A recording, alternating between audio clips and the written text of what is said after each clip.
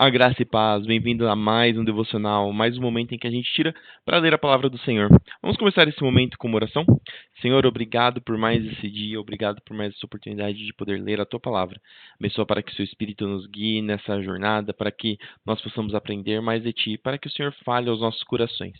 Abençoa para que nossas mentes estejam prontas para receber a Tua palavra, para guardar essas palavras nas nossas mentes, no nosso coração. Por isso que eu te peço e agradeço em nome de Jesus. Amém.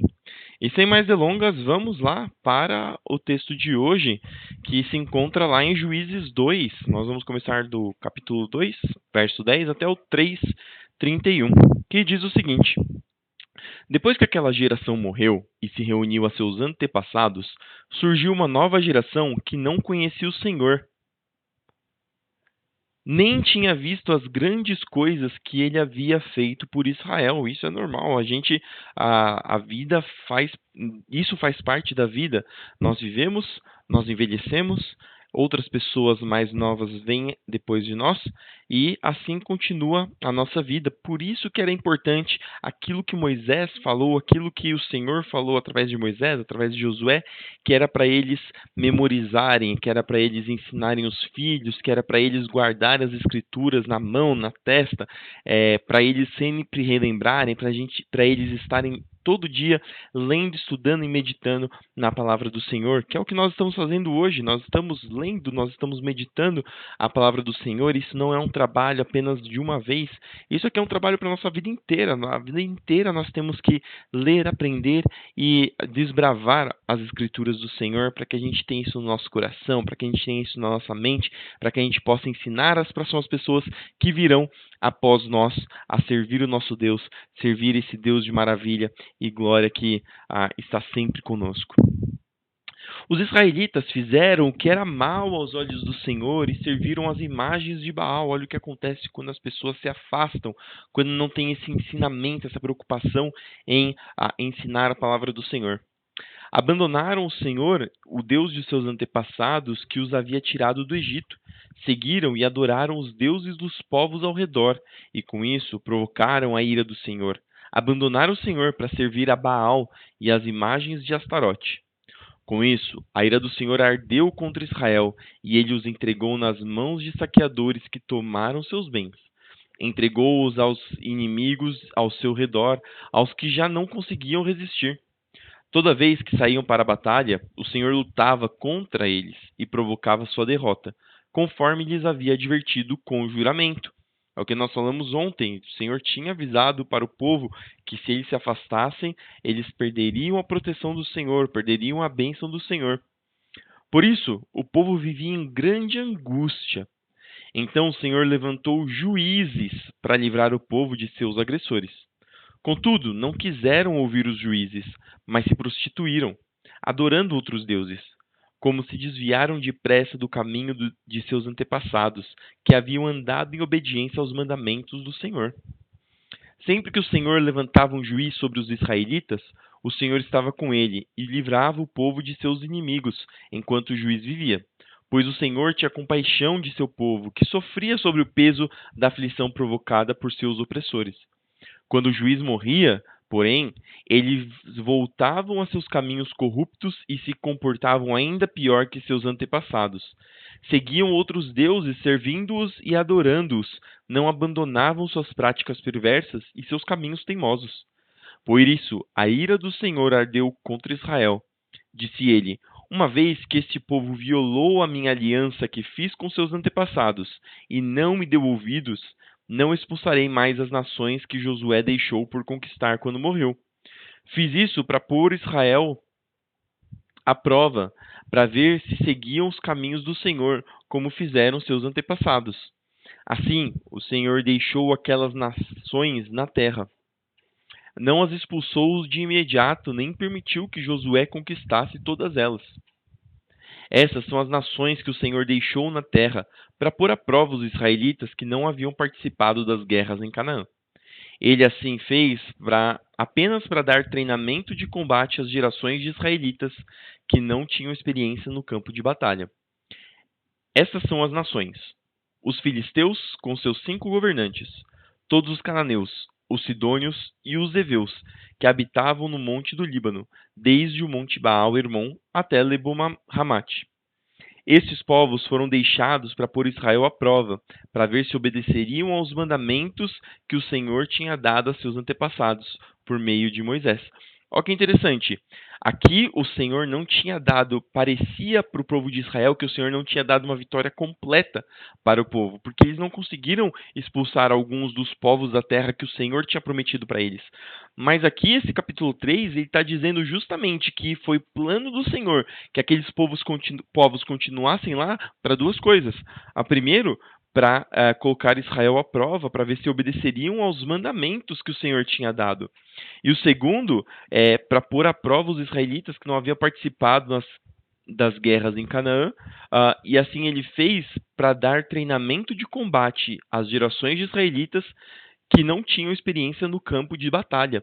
Então era uma preparação para aquele povo que não tinha participado das guerras e que precisava aprender a batalhar para que continuassem mantendo o povo de Israel e o território de Israel seguro para que o plano do Senhor continuasse acontecendo. Então isso serve para nossas vidas também. Às vezes nós imaginamos que tudo não aconteceu, aliás, que a vitória que o Senhor nos deu não é completa, que as coisas que nós poderíamos ter recebido do Senhor poderia ter sido melhor e mais completa, mas às vezes está acontecendo igual o Canaã, igual o Israel, que o Senhor às vezes não nos dá tudo que a gente precisa, acha que poderia receber naquele momento, porque Ele tem planos melhores para o nosso futuro, porque Ele está querendo continuar provando a nossa fidelidade para com Ele, porque Ele está querendo deixar situações de treinamento para que a gente não se amoleça, não perca força, não perca habilidade em batalha, e no sentido de batalha que eu digo atualmente, em que nós não precisamos guerrear fisicamente, mas batalhas espirituais, ou mesmo a nossa missão aqui na Terra de pregar o Evangelho. Então, às vezes, isso são planos do Senhor para que a gente continue apto para batalha, para que a gente continue apto a fazer o serviço do Senhor, para que a gente continue apto a fazer a obra do Senhor. Então, não duvide do Senhor, porque aparentemente ele não deu a vitória. Na realidade, ele deu a vitória agora e está garantindo que você tenha a vitória mais para frente, novamente. Assim, os israelitas viveram entre os cananeus, os hititas, os amorreus, os ferezeus, os heveus e os jebuseus. Casaram-se com as filhas deles e deram suas filhas em casamento aos filhos deles, e serviram aos deuses dele. Aqui, Israel se afastando do Senhor. Os israelitas fizeram o que era mal aos olhos do Senhor, esqueceram-se do Senhor, seu Deus, e serviram às imagens de Baal e aos postes de Aserá. Então a ira do Senhor se acendeu contra Israel, e ele os entregou a Cusã-Risataim, rei de Arã-Naaraim. E os israelitas serviram a Cusã-Risataim durante 8 anos. Mas, quando os israelitas pediram socorro ao Senhor, ele levantou um libertador para salvá-los. Chamava-se Otoniel, filho de Kenaz, irmão mais novo de Caleb. Caleb, aquele que foi com Josué na terra prometida como espia quando o povo ainda estava no deserto. O Espírito do Senhor veio sobre Otoniel, e ele se tornou juiz de Israel. Otoniel guerreou contra Cusã-Risataim, rei de Arã, e o derrotou, pois o Senhor o entregou em suas mãos. Houve paz na terra durante 40 anos, até a morte de Otoniel, filho de Kenaz. Mais uma vez, os israelitas fizeram o que era mal aos olhos do Senhor. Por isso o Senhor deu a Eglon, rei de Moabe, poder sobre Israel. Eglon se aliou com os amonitas e os amalequitas, atacou e derrotou Israel e conquistou Jericó, a cidade das palmeiras. Os israelitas serviram a Eglon, rei de Moabe, durante 18 anos. Mas, quando os israelitas pediram socorro ao Senhor, ele levantou um libertador para salvá-los. Chamava-se Eude, homem canhoto, filho de Gerá, da tribo de Benjamim. Os israelitas encarregaram Eude de entregar o tributo a Eglon, rei de Moabe. Eude fez um punhal de 2 gumes, com cerca de 40 centímetros de comprimento, e prendeu a arma à coxa direita, onde ficou escondida debaixo da roupa. levou o tributo a Eglon, rei de Moabe, que era muito gordo. Depois de entregar o pagamento, Eude partiu com os homens que haviam ajudado a carregar o tributo. Quando Eude chegou aos ídolos de pedra perto de Gilgal, deu meia volta, apresentou-se diante de Eglon e disse: Tenho uma mensagem secreta para o Senhor, ó rei. Eglon ordenou: Não fale ainda, e mandou todos seus servos saírem. Eude se aproximou de Eglon, que estava sentado sozinho na sala do andar superior, um ambiente mais fresco, e disse: Tenho uma mensagem de Deus para o Senhor. O rei Eglon se levantou, e Eude, com a mão esquerda, puxou o punhal de sua coxa direita e o cravou na barriga de Eglon. O punhal foi tão fundo que seu cabo desapareceu sobre a gordura do rei. Por isso, Eude não tirou o punhal, e as fezes do rei vazaram. Então Eude fechou e trancou as portas da sala e saiu pelo pórtico. Depois que Eude saiu, os servos do rei voltaram e encontraram as trancadas as portas da sala do andar superior. Pensaram que ele estivesse usando o banheiro privativo, por isso esperaram. Mas, como depois de muita demora o rei não saiu, ficaram preocupados e pegaram a chave. Quando abriram as portas, encontraram seu senhor caído no chão, morto. Enquanto os servos esperavam, Eude escapou e passou pelos ídolos de pedra a caminho de Seirá. Quando chegou à região montanhosa de Efraim, tocou a trombeta, chamando o povo para guerrear. Os israelitas desceram os montes com Eude à frente. Ele disse: Sigam-me, pois o Senhor entregou Moabe, seu inimigo, em suas mãos. Os israelitas o seguiram e assumiram o controle dos pontos mais rasos do Jordão, onde se atravessava para Moabe, e não deixaram ninguém passar. Eles atacaram os moabitas e mataram cerca de 10.000 de seus guerreiros mais fortes e valentes. Nenhum deles escapou. Naquele dia, Israel derrotou Moabe e houve paz na terra durante 80 anos. Depois de Eude, Sangar, filho de Anate, libertou Israel. Certa vez, ele matou 600 filisteus com um ferrão de conduzir bois. E aqui começam as histórias dos juízes, contando os feitos feitos através da vida deles pelo Senhor. Ah, isso tudo para livrar Israel quando eles se afastavam. E a gente vai ver no livro de Juízes que Israel fica nesse vai e vem entre servir ao Senhor, se afastar do Senhor e precisar e ser conquistado por outras tribos, por outros povos, e pedir ajuda para o Senhor, e o Senhor novamente salvar Israel, e ele se manter firme até que aquele que libertou, aquele juiz que libertou, morre, aí Israel se afasta novamente. Nós vamos ver diversas histórias que aconteceu, mostrando que apesar de Israel ter visto a revelação de Deus, apesar de Israel ter tido uma história especial com Deus, ainda assim o coração é enganoso. O coração do homem acabou se afastando. O coração do homem precisava que Deus estivesse sempre lá, perto, cuidando do povo, advertindo o povo, puxando a orelha do povo. Lucas 22, do 14 ao 34. Quando chegou a hora, Jesus e seus apóstolos tomaram lugar à mesa. Jesus disse: Estava ansioso para comer a refeição da Páscoa com vocês antes do meu sofrimento. Pois eu lhes digo agora que não voltarei a comê-la até que ela se cumpra no reino de Deus. Então tomou um cálice de vinho e agradeceu a Deus. Depois disse: Tomem isto e compartilhem entre vocês, pois não beberei vinho outra vez até que venha o reino de Deus. Tomou o pão e agradeceu a Deus. Depois partiu e deu aos discípulos, dizendo: Este é meu corpo, entregue por vocês. Façam isto em memória de mim. Depois da ceia, Jesus tomou o cálice de vinho e disse: Este é o cálice da nova aliança, confirmada com o meu sangue, que é derramado como sacrifício por vocês. Mas aqui, partilhando da mesa conosco, está o homem que vai me trair, pois foi determinado que o Filho do Homem deve morrer, mas que aflição espera aquele que o trair. Os discípulos perguntavam uns aos outros qual deles faria uma coisa dessas. Depois começaram a discutir entre si qual deles era o mais importante. Jesus lhes disse: Neste mundo, os reis e os grandes homens exercem poder sobre o povo, e, no entanto, são chamados de seus benfeitores. Entre vocês, porém, será diferente.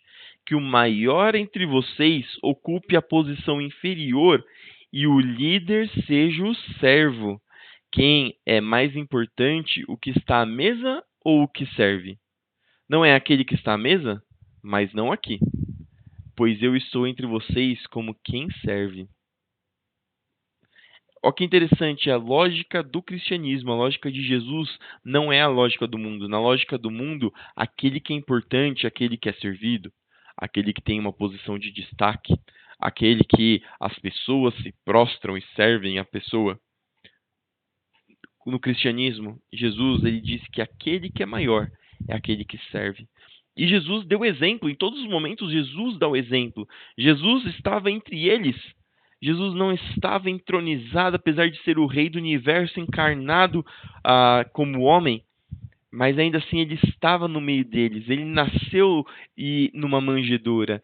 Ele foi humilde. Ele foi uma pessoa humilde, uma pessoa que não ostentou poderes ou riqueza. Ele ostentou poderes, sim, mas poderes do alto, poderes de Deus, poderes de trazer paz para as pessoas, de trazer alívio, de expulsar demônios, de curar doenças. Mas ele veio para servir as pessoas, inclusive ele ensina. Em outros evangelhos, tem a história em que Jesus lava os pés dos discípulos, um ato que era feito pelos escravos. Então, Jesus se colocou sobre joelhos para fazer uma atitude que era de um servo, porque ele disse que era importante para que os grandes servissem. E os líderes da igreja têm que ter isso na mente. Quando você é colocado por Deus numa posição de liderança, você não foi colocado numa posição para ser servido, mas você foi colocado numa posição para servir, porque nós somos servos do Altíssimo e estamos aqui para servir os filhos dele. Deus nos dá capacidade para que nós possamos servir melhor, para que nós possamos ser soldados para lutar as batalhas do céu, para que nós possamos pregar o evangelho, para que nós possamos escutar aqueles que estão sofrendo, para que nós possamos ensinar aqueles que não têm conhecimento, para que nós possamos fazer todas as atividades que uma igreja necessita. Para isso que nós somos chamados. Então, aqueles que têm o desejo de ser grande, lamento, mas no reino dos céus, aquele que é grande é aquele que serve. Aquele que é grande é aquele que Deus confia para cuidar dos seus filhos. Vocês permaneceram comigo durante meu tempo de provação, e assim como meu pai me concedeu um reino, eu agora lhes concedo o direito de comer e beber à minha mesa em meu reino. Vocês se sentarão em tronos e julgarão as 12 tribos de Israel. Então o Senhor disse: Simão, Simão, Satanás pediu para peneirar cada um de vocês como trigo. Contudo, supliquei em oração por você, Simão, para que sua fé não vacile. Portanto, quando tiver se arrependido e voltado para mim, fortaleça seus irmãos. Olha aqui Jesus já dizendo que Pedro, nesse momento, apesar de estar com Jesus, ainda precisaria passar por um processo de arrependimento. E a gente vê, porque Pedro vai negar Jesus 3 vezes. Pedro disse: Senhor, estou pronto para ir para a prisão e até morrer ao seu lado? Como assim eu preciso de arrependimento? Jesus, porém, respondeu: Pedro, vou lhe dizer uma coisa. Hoje, antes que o galo cante, você negará 3 vezes que me conhece. Salmos 92, 1 até o 93, 5. Salmo, cântico para ser entoado no sábado. É bom dar graças ao Senhor e cantar louvores ao Altíssimo. É bom proclamar de manhã o teu amor e de noite a tua fidelidade. Ao som de um instrumento de 10 cordas, da harpa e da melodia da lira. Tu me alegras, Senhor, com tudo o que tens feito. Canto de alegria por causa de tuas obras. Quão grandes, Senhor, são teus feitos e profundos teus pensamentos. Só o ignorante não sabe. Só o tolo não entende. Embora os perversos brotem como a grama e floresçam com os que praticam o mal, eles serão destruídos para sempre. Mas tu, Senhor, serás eternamente exaltado. Teus inimigos, Senhor, perecerão. Todos os que praticam o mal serão dispersados. Tu, porém, me tornaste forte como boi selvagem e me ungiste com óleo da melhor qualidade. Meus olhos viram a queda de meus inimigos. Meus ouvidos ouviram a derrota de meus perversos adversários. Os justos, porém, florescerão como palmeiras e crescerão como o cedro do Líbano, pois estão plantados na casa do Senhor, florescerão nos pátios de nosso Deus. Mesmo na velhice, produzirão frutos, continuarão verdejantes e cheios de vida. Anunciarão: o Senhor é justo, ele é minha rocha, nele não há injustiça. O Senhor reina, está vestido de majestade. Sim, o Senhor está vestido de majestade e armado de força. O mundo permanece firme e não será abalado. Teu trono permanece desde os tempos antigos. Tu existes desde a eternidade. Tu existes desde a eternidade. As águas subiram ao Senhor, as águas rugiram como trovão, as águas levantaram ondas impetuosas, mais poderoso que o estrondo dos mares, mais poderoso que as ondas que rebentam na praia, mais poderoso que tudo isso é o Senhor nas alturas. Teus preceitos soberanos não podem ser alterados. Teu reino, Senhor, é santo para todo sempre. E por fim, Provérbios 14, 1, 2. A mulher sábia edifica o lar, mas a insensata o destrói com as próprias mãos. Quem anda pelo caminho reto teme o Senhor. Quem escolhe estradas tortuosas o despreza. E essas foram as palavras que nós tínhamos para hoje. Espero que elas entrem no seu coração, espero que elas entrem na sua vida e para que você possa continuar refletindo durante o seu dia sobre essas palavras. Senhor, obrigado por mais essa oportunidade de ler a Tua palavra, que essas palavras continuem ecoando em nossos corações, que nós possamos continuar pensando e aprendendo através do Seu Espírito Santo sobre as maravilhas do Seu nome. Senhor, abençoa o nosso dia para que nós possamos trabalhar, estudar, fazer nossos afazeres domésticos, guiados por Ti, guiados pela Tua forte mão. Senhor, não deixe que nós caiamos em tentação. Senhor, abençoa aqueles que estão nos hospitais, aqueles que estão feridos, enfermos, para que o Senhor traga recuperação, para que o Senhor traga saúde, para que o Senhor traga disposição, para que eles possam testificar do Seu nome. Senhor, traga o cuidado para aqueles que estão passando por necessidade, abra portas, traga o sustento. Senhor, não deixe que os Teus servos passem por necessidades. Senhor, continue conosco, nos abençoando, guiando e dando vitória. Isso que eu te peço e agradeço. Em nome de Jesus. Amém. Que Deus te abençoe, que tudo que você fizer prospere. E não se esqueça de que tudo que nós fizemos tem que ser para a glória do Senhor. Que nós somos um reflexo da glória de Deus e que nós devemos honrar o nosso Senhor. Que nós devemos pregar o Evangelho através das nossas atitudes, através das nossas ações. Fique com Deus e até amanhã para mais um devocional.